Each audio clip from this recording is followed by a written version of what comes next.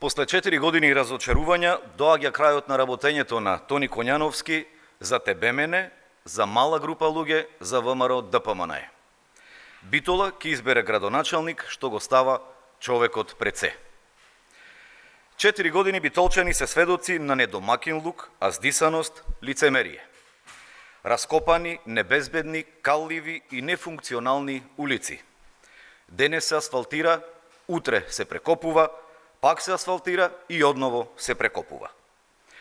4 години слушаме изговори наместо одговори, кој го промашил кружниот тек кај ветеринарната, улицата Бурса, улицата Стив Наумов и многу други. Никој за ништо не одговара. За 4 години Коњановски ја претвори Битола во град загубар.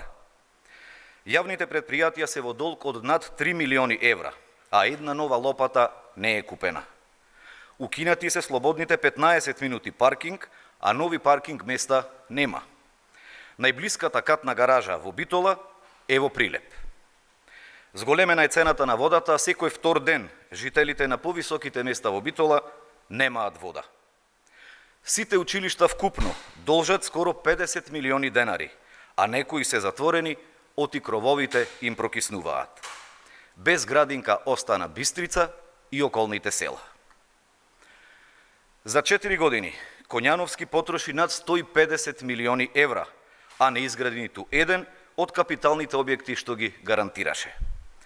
Го нема новиот спортски комплекс, новото училиште во Буковски ливади, 5 кружни текови, копанки, големата странска инвестиција и новите работни места во Жабени. Наместо тоа, битолчани добија импровизиран кружен тек кај стрелиште, сообраќаен хаос, депонии на местата на срушените гаражи. И она што СДСМ го изгради во минатите години, ВМРО ДПМН го уништи. Градот е без сообраќаен центар за полагање на возачки дозволи. Коњановски немаше пари за поддршка на ранливи категории семејства, а заедно со тајфата потроши над 4 милиони денари за јадење и пиење во битолските кафеани. Си купи и нови возила за 10 милиони денари од фирма блиска на министерот за надворешни работи.